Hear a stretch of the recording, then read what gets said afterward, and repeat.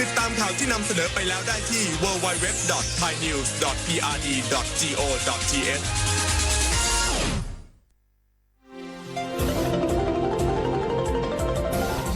วิทยุแห่งประเทศไทยให้ความรู้คู่ความสุข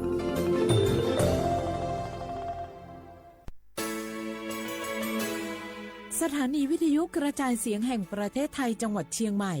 AM 1476 กิโลเฮิรตซ์สถานีวิทยุภาคภาษาชาติพันธุ์แห่งเดียวในประเทศไทยที่มีความทันสมัยเชื่อถือได้สร้างอัตลักษณ์กลุ่มชาติพันธุ์สู่สากล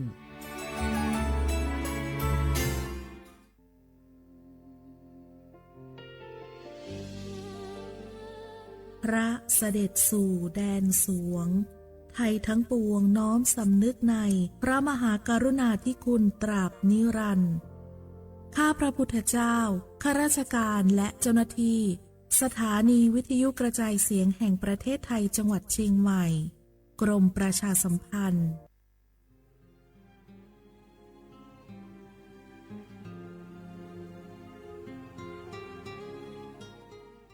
This is a moment of profound grief for the Kingdom of Thailand.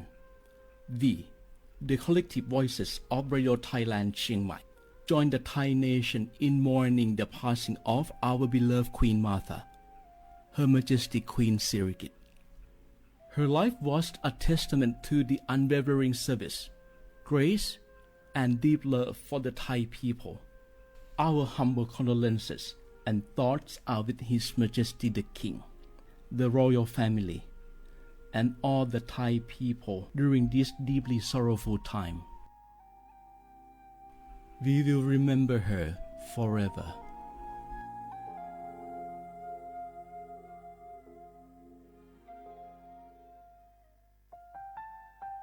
ว่านู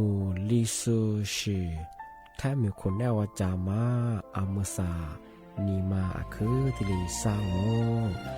ว่านูว่าจะมาอาคือแฝมากูว่าทัวมาที่ลีชีควาลิปดูถ้ามีคนแนวจามาว่านูลิซูชีจะขวาจับโวอามาคือตาโหเลเลที่ลีนีมาจาจานีมาที่ลีซาจาโง่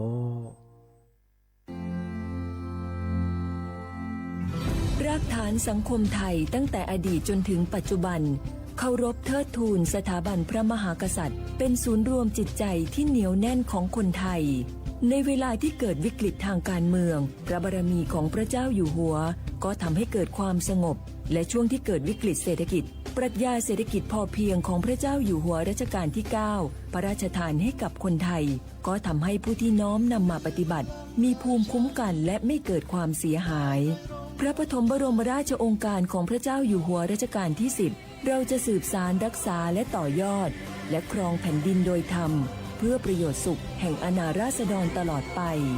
พระมหากษัตริย์ไทยทุกพระองค์ทรงห่วงใยราษฎร์เสมอสถาบันพระมหากษัตริย์ไทยศูนย์รวมใจไทยทั้งชาติ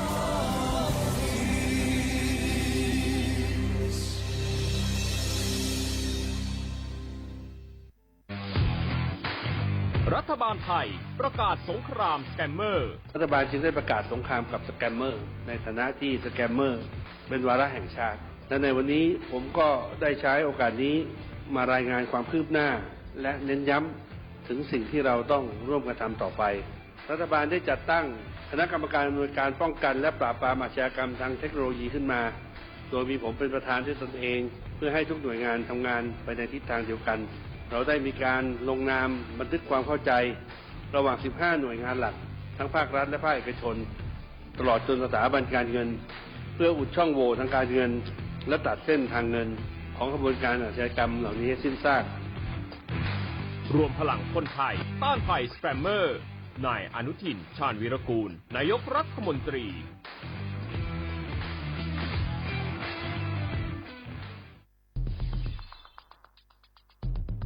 แค่3 ปีความเสียหายจากอาชญากรรมไซเบอร์ของคนไทยพุ่งทะลุถึง 94,000 ล้านบาทหรือเฉลี่ยปีละ 30,000 ล้านบาท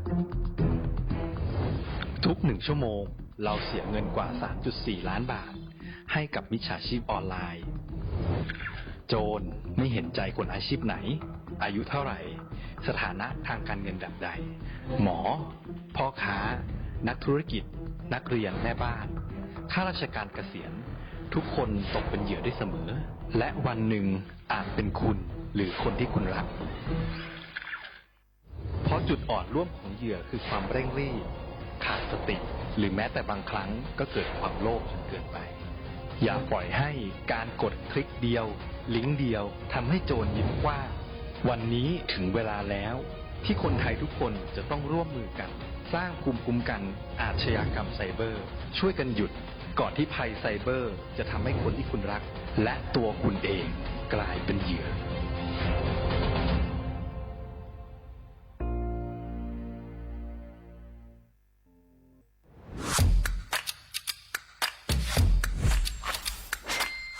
ก ลับมาแล้ววันนี้กับโครงการคนละครึ่ง plus รัฐออกครึ่งประชาชนออกครึ่งช่วยเศรษฐกิจไทยหมุนเวียนเติบโตถ้าเราช่วยกัน plus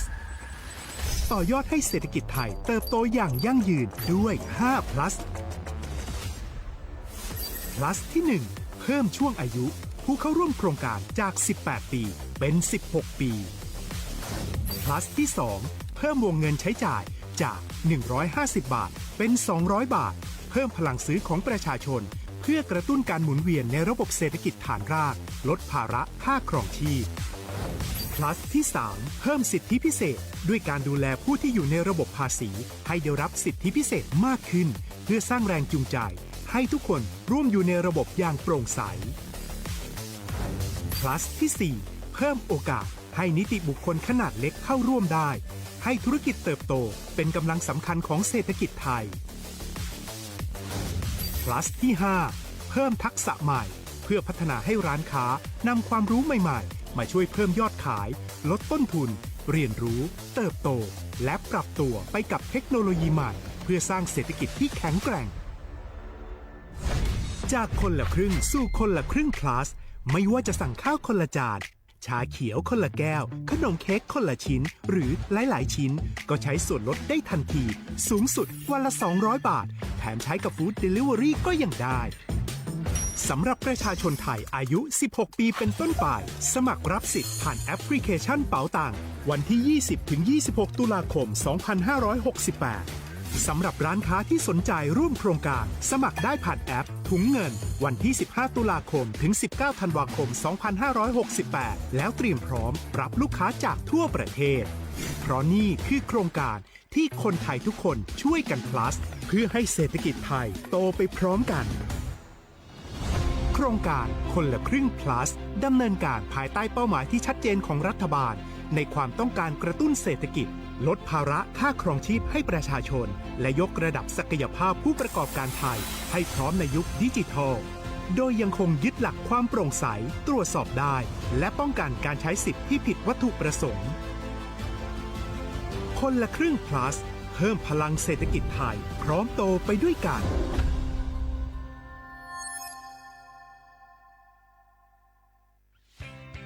เส้นทางสายหมอกที่สวยที่สุดในเมืองแพร่กำลังรอทุกคนไปวิ่งด้วยกันครับทุกก้าวของคุณคือพลังของลมหายใจ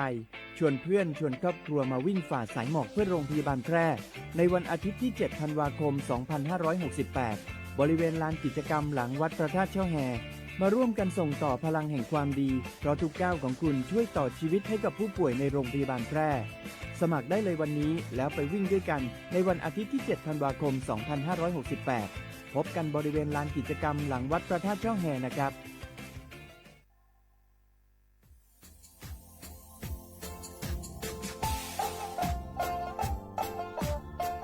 นาถึงมาปีมาซื้อจีนชมังโงมัญญาคณะรัฐมนตรีไงมีมติยากกว่าอยู่หัวมองเมื่อเหือนยากุลาซื้อหาหนีซื้อกูยังไงยิ่งคงอยู่ตรงว่ายาสดซื้อฉีกว่ายาไปรับมองเมื่อเหือแก้ไขปัญหาไงสถานะอาทิตย์เฮอสัญชาไงเอาถ้าเหมือนคนนี้ว่าจ่าสุไงอาทิตย์ปัญญาที่ยากกฎหมายถือว่าไปรับมองเมื่อเหือไงมาตราที่17ไงแห่งพระราชบัญญัติคนเข้าเมืองไงพอสองมันอยากให้คนอยากให้หนีตัวอยากหนีซึ่งหนีกว่าไงเท่าว่าถ้ามีคนเนี่ยว่าจุฬาโซอาทิตย์เนี่ยคือมือจ่าจางโง่เป็นยังไงอาทิตย์เนี่ยว่ามีทะเบียนประวัติเธอถูกต้องอยู่ไง อธิบายว่าสารว่ายื่อขอสถานะไงคนต่างด้าวเข้าเมืองโดยชอบด้วยกฎหมายที่ดียินหน้าบดงาที่ทยากฎหมายถูกว่าบรรมาประเฮงไงมาตราที่7ทวีไงแห่งพระราชบัญญัติไงสัญชาติยึดขวงว่าไปเฮอพศยังไง2508ไงเอาถ้ามีคนว่าเฮอตาซุงโงไม่ยังไงที่ยังเฮออาบามันก็จะเฮออามาไงเอาว่าอยู่ในทะเบียนประวัติบุคคลไงอธิบายว่าไม่มีสถานะทางทะเบียนมาจุบะเฮอสามารถยื่นขอสัญชาติไทยที่กรุงเทพมหานครไงยื่นที่สำนักบริหารการทะเบียนกรมการปกครองอธิบายเราส่วนต่างจังหวัดจะสุบะเฮอว่ายื่นต่อในอำเภอตานภูมิลำเนาไงปีขวานนแล้วก็จะบอกว่าอำเภอยี่ที่ยื่นชองยื่นเวลางูมันยาว่าเวลาใช้กันยาขนาดถี่เนี่ยควานยี่นวันยังสิงอธิบายเฮอนี่มีกับพวกควานยี่ที่น่าเหียโชฮา你自古ยังไงยุคคน你ตัวอย่างโฉดซื้อกูกว่าเสือทีนี้ยื้อชงง่าทำไมถึงมาปีเมื่อซื้อจีเช่าว่าชาวข้าได้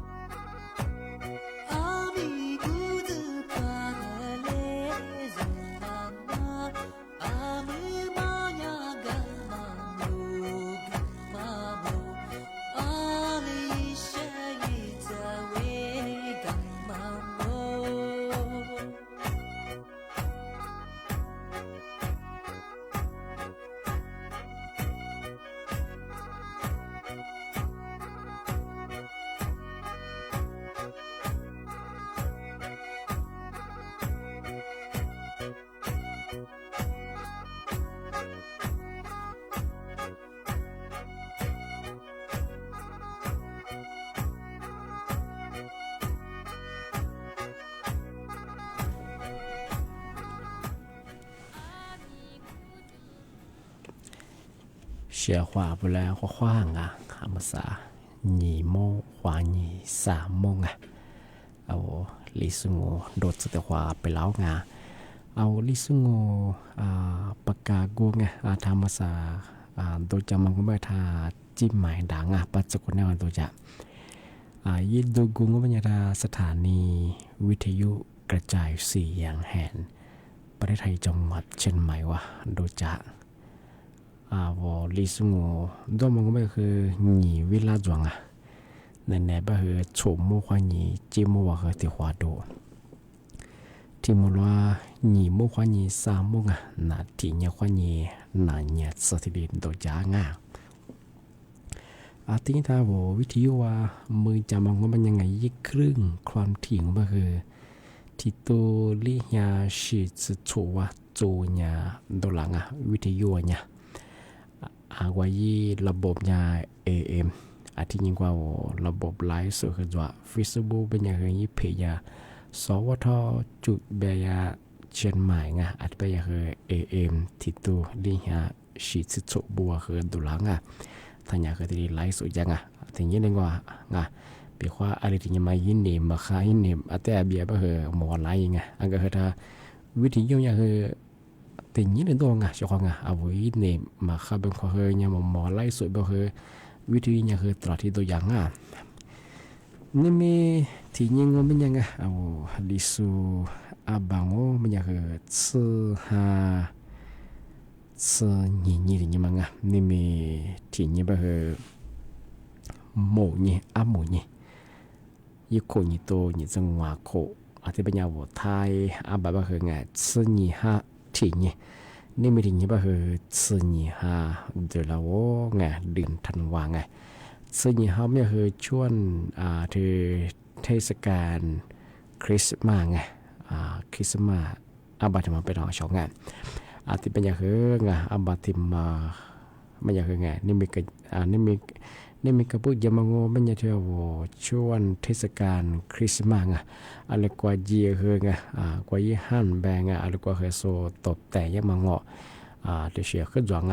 ที่อย่างคือว่าเสียความว่าฮาริโซวัสดุสุดแบบคือไงโซจัดงานคริสต์มาสยามังคือจวงที่สักว่าแท้เงาะ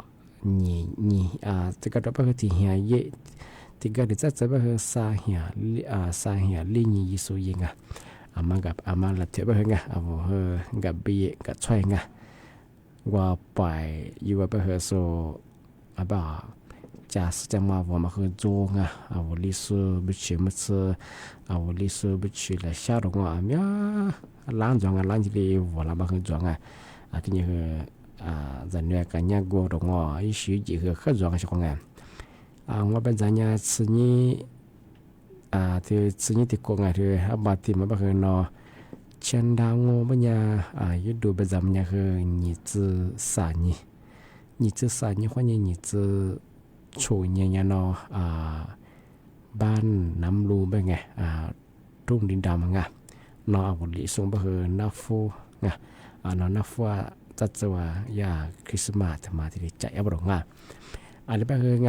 เชื่อความรู้ไงนี่ละชมแบวัสดุชมแบงมาแลดเทียบไปไงแล้วก็มันจีบไปกับบีกับช่วยเองเชื่อความนอปล่อยยิ่งกว่าไปอีกคือมีไปสู่จะมาเวลามาคือโจงกันยาจะดงจะดูโดยไปชิมเสดงมีเชื่อจงกับบีเชื่อความที่นี่นอมือไปมาสอนตัวคือเยี่ยมอย่างนั้นนอจะจะมีอย่างว่าคืออะไรไม่ดีจังว่าเสื้อแบบหัวถอดแบบหลังนี่มาคือยังคือ你这三年换年你这出年ที่เรียบยัง对吧คือที่เป็นยังมีอันนี้เป็น说เนี่ยว่า你这我你困难ว่าว่า你这我你ว่า对ยังมาคือที่มาคือ你是应该是不คือ你这我你不คือ对我สลับซะบ่คือไงสว่าย่าเอาแต่ก็คือวันเกิดของพระเยซูคริสต์เป็นไงเนาะย่าสุภาพสุเฮียมันยิ่งงวยิ่งว่าคนนั่งเพื่อย่าคิดสมัยยังว่ายิ่งว่าตัวยิ่งสิ่งอันนี้เป็นที่เกิดว่าคือที่เกิดตัวเป็นคือมาตัวคือเนี่ยที่ยิ่งสุดที่เนี่ยเยซูยิ่งที่ว่าธรรมดาเยซูยิ่งคือที่นั่งก็คือเนี่ย ซึ่งเนี่ยเฮามันยังไงเดือน12เนี่ยคือเดือนคริสต์มาสเป็นยังไงมาอะไรที่นี่มาใจก็คือเอาแล้วก็สะดวกก็คือที่ใจน้องไงเอาไปเอามาเฮิมแบงก์เอานี่นะชมแบงก์ว่าสั่งชมแบงก์มาที่ว่ากับเบกช่วยไงที่ดียี่ชองงานที่แบงก์มันยังไงจะมาจะเชื่อขึ้นนะคือถึงมาปีมากคือแต่ถึงมาแจ้งเตือนช่างกันมาขยันที่กลุ่มมิชาชีไงละชูมาขาสุดตะปัวก็จะมาตัวทำมาปีมากสุดที่ช่างงานมาสัตยากรมสอบสวนคดีพิเศษไง DSI บางงานทำมาทำมาแจ้งเตือนเวลาชกงานมาสั่งว่ามันจะที่กลุ่มมิชาชีไงกลุ่มมิชาชีที่ว่ามันจะที่พอยากกว่าเจ้าหน้าที่กรมสอบสวนคดีพิเศษไงDSI ทำมาที่ยิงที่เบยิงงอนอย่างเจ้าหน้าที่ที่เบยิงว่าโทฟละอิตาลีมันจะเชื่องอาจจะไปยากคือที่กรมสอบสวนคดีพิเศษไง DSI ทำมาที่แจ้งเตือนเอาประชาชนที่มาที่สุจิเชียปรงที่เบมาที่ลีดมายาที่พับเชียงที่พับเบงมันจะคืออะไรอย่างเงี้ยคือกูตาว่าตรงนั้นมันคือกลุ่มมิชาชิงไงโซยาที่กรมสอบสวนคดีพิเศษเป็นยังไง DSI เนี่ยคือโซยานโยบายเนี่ยคือที่ชิมาโจเพราะว่าความจำมางาที่ชิมาโจบรงไงยาละสุดที่มายี่จีบงาที่ไปคือที่ยิงงานี่แหละพัฒนายิงงางอนเนี่ยกรมสอบสวนคดีพิเศษไงเจ้าหน้าที่เป็นยังคือบอกว่าชุลาบอกว่าจำมากุลิที่ยัดเป็นไงทำไมยังคือฐานะนางมันคืออะไรเนี่ยคือกลุ่มมิจฉาชีพที่แบบงานที่แบงค์มันยังDSI ไงแบบมันคือลีดจวงที่กลุ่มมิจฉาชีพที่มาคืออยู่มังยูที่มังมันยังวันนี้เจ้าหน้าที่ไงDSI แบงค์ยิงมันก็ใช่เจ้าหน้าที่หนึ่งกูมาทำมาเป็นอย่างเวลาที่โทรฟ้ายิงไงที่ปกข้อตัดชุลารุงนี่มาถึงมังมันยังนั่นแหละยี่แจนคดีที่เย่ไปสิไงมาซาโนญายี่คดีจัวไปสิไงนึกว่าเกี่ยวข้องกับคดียาเสพติดมันก็ชื่อบัญชีม้าตรงอะไรบ้างโนบัญชีมาถูกอายัดยากสัญญาเป็นยังไงที่โนทรัพย์สินไงโนผู้ตัดสินเราคือสุภาพที่สัตย์เย่เป็นยังไงนั่นคือที่ทุกฝ่ายจังหวะที่เบสิงที่นี่ที่ถึงมาเมื่อคือนั่นแหละคือยี่บังคับยาสิงไงนั่นแหละว่ายี่ลายว่าทุกฝ่ายที่บางคนเมื่อละถ้าเบงเบสิงไงเดี๋ยวมาถึงมายาที่ดีช่วยลีมาที่มังมันจะคือผู้บ่าวพม่าโอ้งบัญญังนั่นแหละกุลียะทิลียะนั่นแหละเชียรงนูจากกุเสรง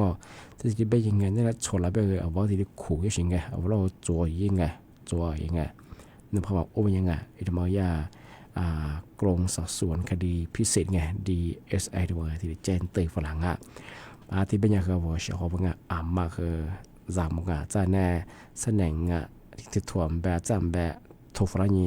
งอนเนี่ยเจ้าหน้าที่กรมสอบสวนคดีพิเศษไง DSI เป็นยังไงที่เป็นยังไงที่ปอชมันนุคดีก็จดงนุคดีพากอดีช่างเป็นยังไงพาชาลีช่างเป็นยังไงเพราะว่าเบลล่าคุณเบย์มีชิบะเฮงอีสานเดนชิบะเฮงเนี่ยยี่จอกกูไม่เป็นไงที่มันคือที่เป็นยังไงมาคือถ้าจะงาปีขวานโน้ตชิบะจิตว่าคืออะไรอย่างคือกลุ่มมิจฉาชีพเป็นยังคือมีวางสายบอกว่าถ้าเฉยไปตรงว่ายี่เบอร์จะว่าคือเบอร์บล็อกยังไงอันนี้คือโทรแจ้งไงกว่า0144ว่าโทรแจ้งอย่างนี้ที่ยี่ไปเฉียงงานทำไมยากคือที่กรมสอบสวนคดีพิเศษไง DSI ทำไมที่แจ้งเตือนฝรั่งมาคือจำหมดของงานมันจะเป็นแล้วกลุ่มไม่ใช่ว่าขึ้นอย่างหลักสมบูรณ์มั้งที่ยิงที่ถึงมามันอยากคือทำไมธนาคารสูที่มาเตือนฝรั่งมันจะเป็นกลุ่มมิจฉาชีพที่เป็นงอนหรืองอนเจ้าหน้าที่ธนาคารกุมารจ่าที่สาขามาจ่าเป็นยังไงที่นี่คือพนักงานเป็นยังไงนั่นแหละคือปกครองช่วยลากุลนัยเนี่ยที่นัยเนี่ยเป็นยังไงที่นี่คือเนี่ยแบบคือมาสานโน หนูยาว่าบัญชียี่เจ้าของบัญชีมาคือบัญชีมาแบบหงที่เป็นยังไงคือที่อีกข้อหาที่แบบสิ่งนั้นเนี่ยเรียกขู่ยังสิ่งอันนี้เป็นยาคือรีมาจอดมายี่วุฒิมาแบบคือเงินเนี่ยเจ้าหน้าที่หรือธนาคารว่าพนักงานเป็นยังไงถ้าสินเชื่อได้บ่กว่าชิโซมันก็จะผู้จัดการแบบโซมันก็จะนั่นกว่าไฟแนนซ์ว่ากว่าชิโซเป็นยังทุกฝรั่งที่มาคือแบบสิ่งมาที่ดีเป็นยังทุกฝรั่งที่ถึงบางก็มันยังคือย่ายี่หลักฐานโจรงมีหลักฐานยี่ใจเสียที่เรียนจวงก็หลังนกว่าสุดแล้วมออันน่ายิ่งคือสุดแล้วบัญชีมาเปิดจะมาย่าคือยี่หลักฐานโจงเป็นไงอธิบายโนพาชาลีมาชิบงมันยังน้องสาวแต่ว่าปีก่อนโนวันนั้นยิ่งจะเจ้ามันยังย่ายิ่งจวงเป็นยังก็คือผู้บรรยายที่งงเงียที่มาเบื่อมาคือจวงเป็นยังมาถึงมางที่ถึงบางมันยากกลุ่มวิชาชีพแบบของมันคือเอาข้อมูลส่วนตัวรายละเอียดยาเพียเสื้อของไงเบอร์โทรไงที่อยู่ไงของไงยาคือเสื้ออันนี้บางคือยาคือเจ้าหน้าที่แบบชื่อเป็นยังไงเพราะที่ได้ปกครองชุดเรามาตัวสิ่งไงแต่บางคือบางคือยาคือจำมองเอาข้อมูลส่วนตัวมันยังของอันยาก็ละคือว่ายาขนส่งเอกชนที่กระจกบ้างมันก็เชื่อว่าธนาคารอะไรมาถึงมาซื้อว่าย่าลูกค้าว่าลูกค้าข้อมูลส่วนตัวหรือว่าที่อยู่ข้อมูลส่วนตัวมากกว่าที่แกนไม่ชาชีอะไรสมัครเขายิ่งฟูจ่าชีเอาไว้ข้อมูลทำงานที่บัญชีมันก็จะคือที่ว่ามาอีมีที่ว่ามาคือที่ที่ฟูจ่ามา做了อันที่แม่คือเอาข้อมูลส่วนตัวมาคืออะไรกว่าคือตัวชงไงว่าอำเภอเฮียตัวอันที่นี่ปีข้อนู้ว่าว่าสิ่งที่มา20ก็คือเอาไว้บ่าวเยอะสิ่งส่งอันที่นู้นจะสื่อมาส่วนใหญ่คือบ่าวเยอะอันนี้กว่ายินดีสิ่งให้เยอะคือนู้นบ่าวเยอะอันที่แม่เอาไว้ข้อมูลมาคืออะไรกว่าคือตัวชงอันที่แม่คือที่การมาคือบ้านหน่วยงานแบบที่การมาคือเอาไว้มีแต่ยิ่งยุ่งวุ่นวายมาตัวงานอันนี้เป็นเรื่องของการมันก็คือถ้าพี่ฟูแบบยังไงปีว่านักทุกฝรั่งยังนุ่มเสื้อนุ่มโทเสื้อน้ำบานน้ำไม้มีเสื้ออันที่เสื้อมังที่นุ่มที่อยู่เสื้อมังทำมาคือถ้าพี่ฟูแบบยังไงอาชีพแบบคือกุหลาบคือโทรศัพท์คือไว้บ่อยแบบคือเอาไว้ข้อมูลแบบคือมีการที่ตัวยังไงแบบคือว่าสมบูรณ์สามแบ่งขนส่งคือที่กระโดดแบบมาข้าศึกแบบเอาข้อมูลมาแต่เนี่ยหรือยาแกนไม่ใช่ชื่อวัวมันคือตัวชิงทำมาแต่สดังอาจจะแต่ก็รอมาสู้โอ้อันนี้ไงยางไว้มีเสื้อมางว่าบุตรเสื้อมางว่าที่อยู่ยาเสื้อไม่ยาจังที่อาจจะสั่งไม่ยังโอ้ที่ได้ยูจามันจองมาเสื้อไงชิวไงทำไมยังคือถ่ายยูจางจะยากลุ่มไม่ใช่ชื่อคืออะไรยาคือนุ้ยข้อมูลที่อยู่ยาเพียเสื้อชิงไงมันคือถ่ายยูจางมันคือทำมาที่ได้เจนตื่นนั่นที่นี่ที่ถึงบางคนมันยังปีว่านุ่มผู้บ่าวพม่าโอ้งงมันยังมันก็ชื่อยาข้อมูลเน็ตเดียคือนุ่มข้อมูลพม่าเกือบก็คือ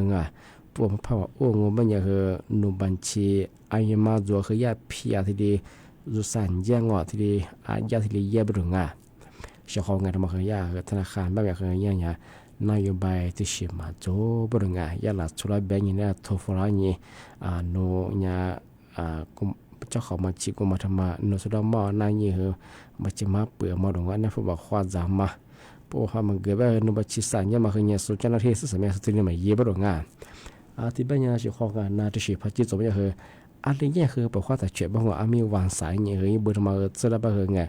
มีบล็อกยิงถ้าจุดฝรั่งทำไมเหรอกลุ่มมิชาชีไงชิของไงที่บ้านเนี่ยคือมาคือจามเอาวัตถุแพร่ว่าชิของว่าไงเอาวัตถุอะไรปีบ้างไงที่กระโดดบ้างเหรอเอาไว้ขายดูให้มันนะเบอร์งานสถานการณ์มาหมอตายเบอร์อาจจะมาสเบอร์ยืดสู้ตัวสิ่งมันถึงมาที่เจนตัวอย่างที่เป็นยังไงมาสักนั่นแหละคือว่าลิซูมันกว่า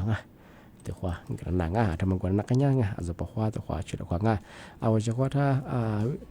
วิธียุคนั้นน่าจะสู้อันนี้ไลฟ์สดที่สุดคือความง่าย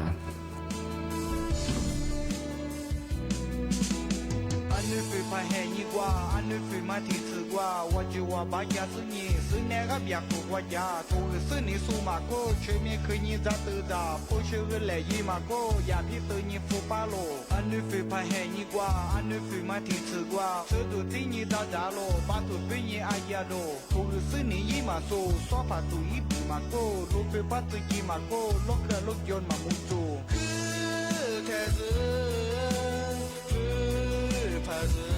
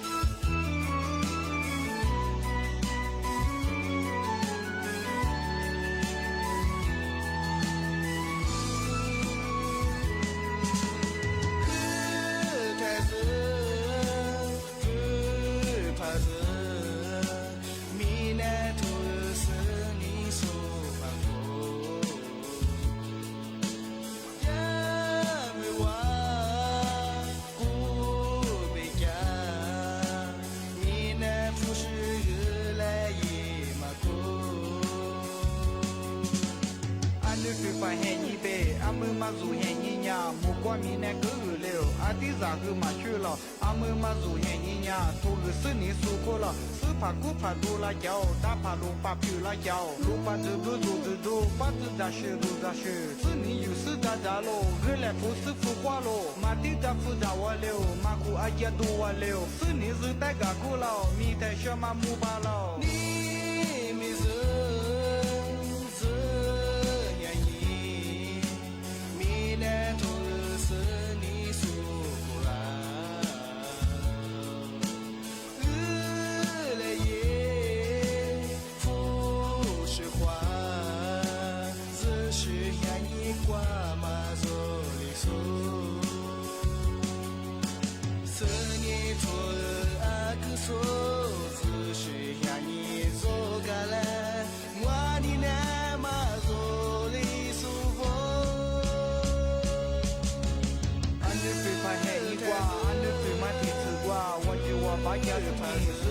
อยากบอกว่าอยากมีแน่นี่สู้มาโก้ช่วยมีเคยยินซาตือดาผู้ช่วยเลยยี่มาโก้อยากพี่ตัวยิงฟูปาโลอันนี้คือพายแห่ยิ่งกว่าอันนี้คือมาที่ถือกว่าคือตัวที่ยิงดาวดาโลปาตัวเป็นยิงอายาโลผู้ซึ่งนี่ยี่มาโก้ซ้อปาตัวยิงมาโก้ตัวเป็นปาตัวยิงมาโก้ลูกเคยลูกยนต์มามุจูอันนี้คือพายแห่ยิ่งเบอามือมาสู่แห่ยิ่งยาหมู่กว่านี่แน่คือเร็วอาทิตย์จากคือมาชื่อเราอามือมาสู่แห่ยิ่งยาผู้ซึ่งนี่สู้คนละผักกูผักดูละเจ้าตาผักลงปากผิวละเจ้าลูกปัดดูปัดจะชื่อซึ่งนี่อยู่ซึ่งจะโลเรื่องแหละผู้ซึ่งผู้ว่าโลมาที่จะฟูจะว่าเร็วมากูอาจจะดูว่าเร็วซึ่งนี่ซึ่งแต่กับกูเรามีแต่เชื่อมามูบาเรา只是压抑挂嘛做理所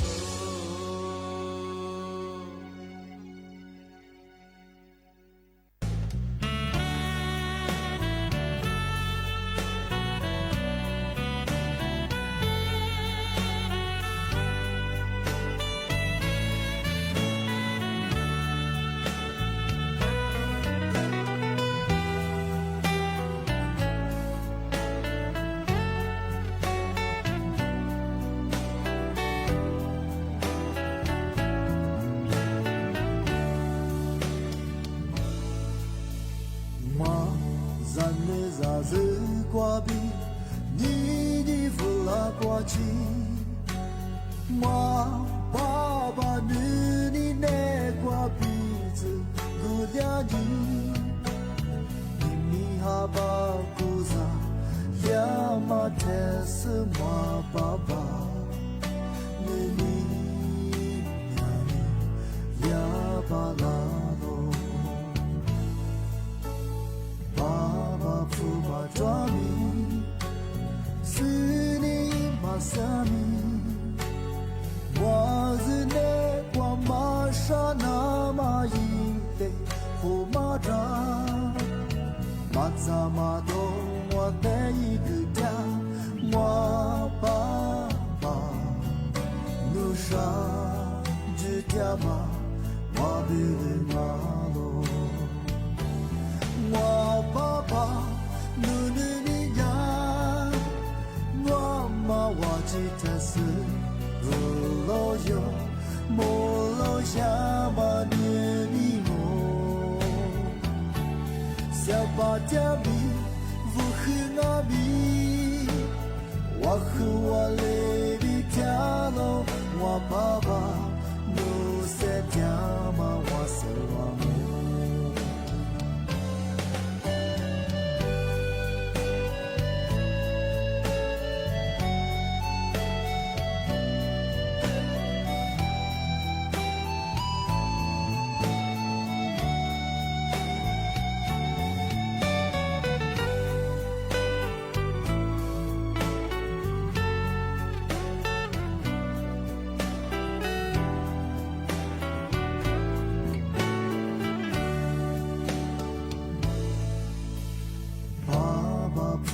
抓米，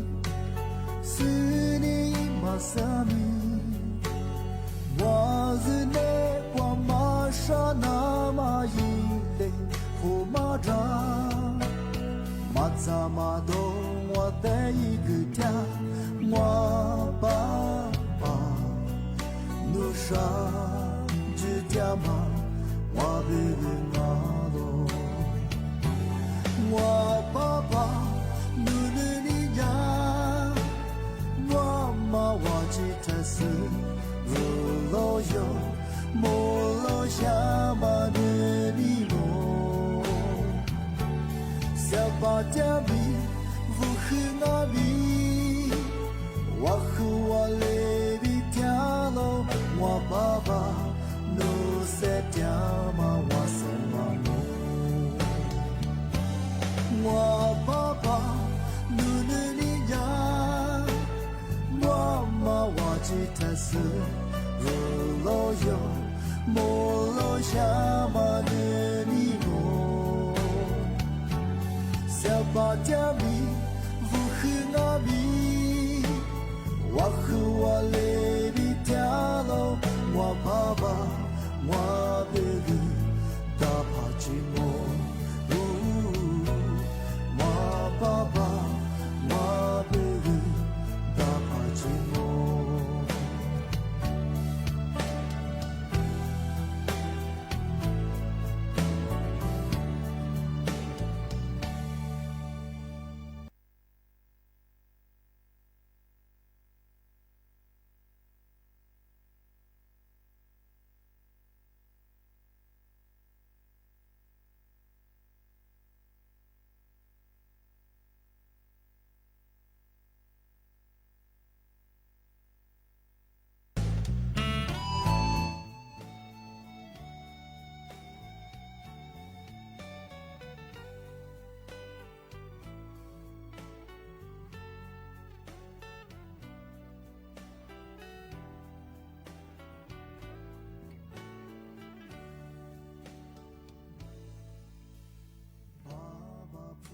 抓米，是你马萨米，我是那光马沙那马伊勒胡马扎，马扎马东我的一个家，我爸爸路上只家嘛，我比你马路，我爸爸。努努你呀，我妈我只他是路路有，莫路下嘛努你我，小巴家里不和我比，我和我来比跳楼，我爸爸努些家嘛我什么母，我爸爸。努努你呀，我妈我只他是路路有，莫路下嘛努你我，小巴加米乌黑阿米我和我来比条路我爸爸我贝里大帕吉莫我爸爸我贝里大帕吉莫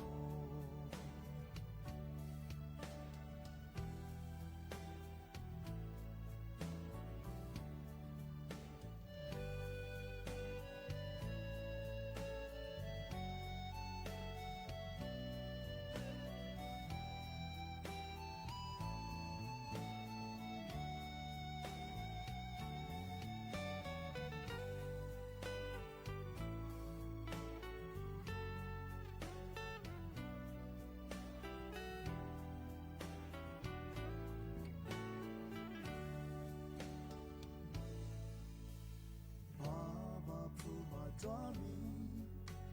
是你马萨米，我是那瓜马沙那马伊勒胡马扎，马扎马东我带一个家，我爸爸努沙只家嘛，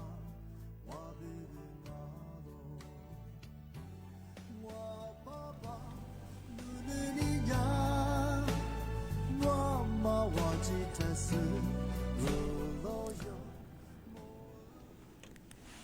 tí nhìn thì mà thì sợ thì mà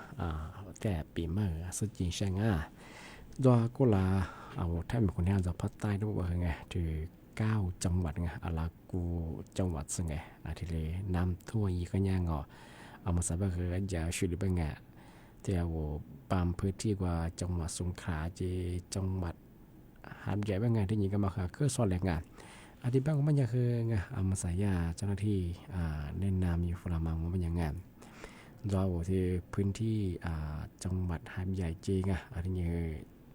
จังหวัดสงขลาไม่คือไงมาคือแต่มาซื้อได้บ้างไงว่าที่ข้างงานที่มาสายา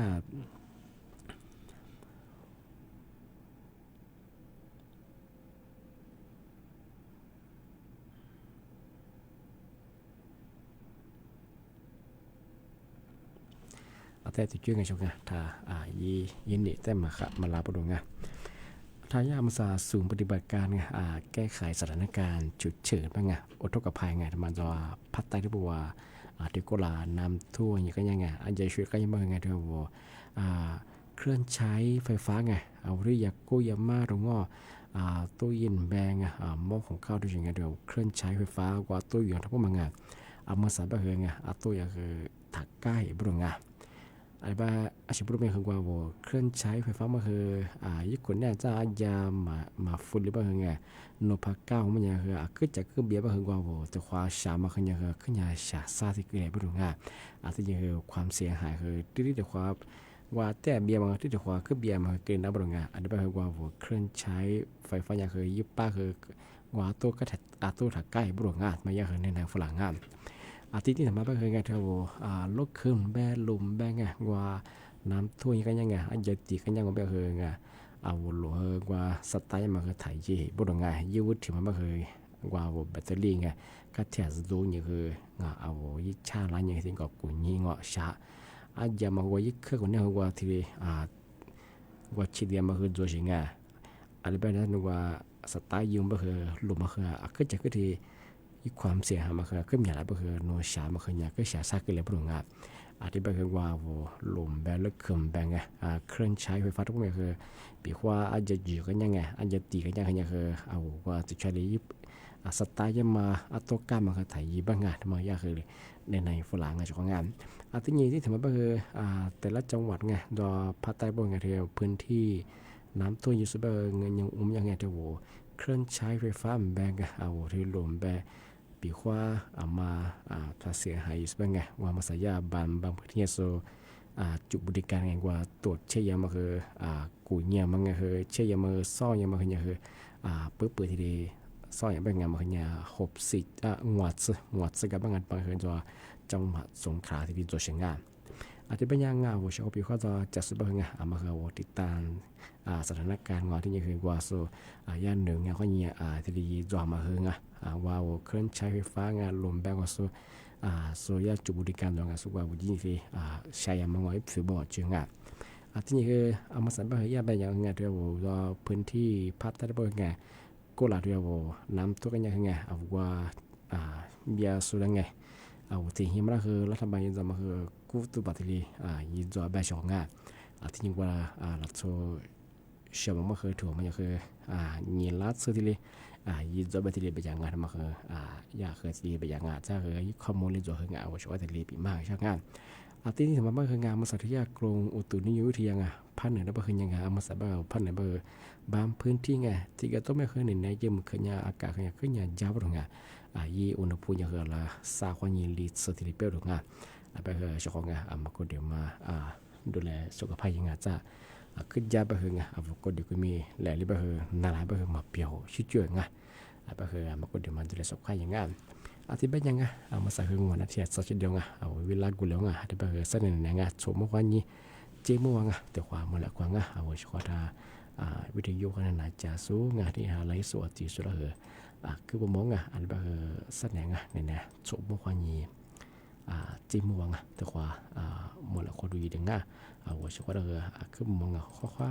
สวัสดีครับ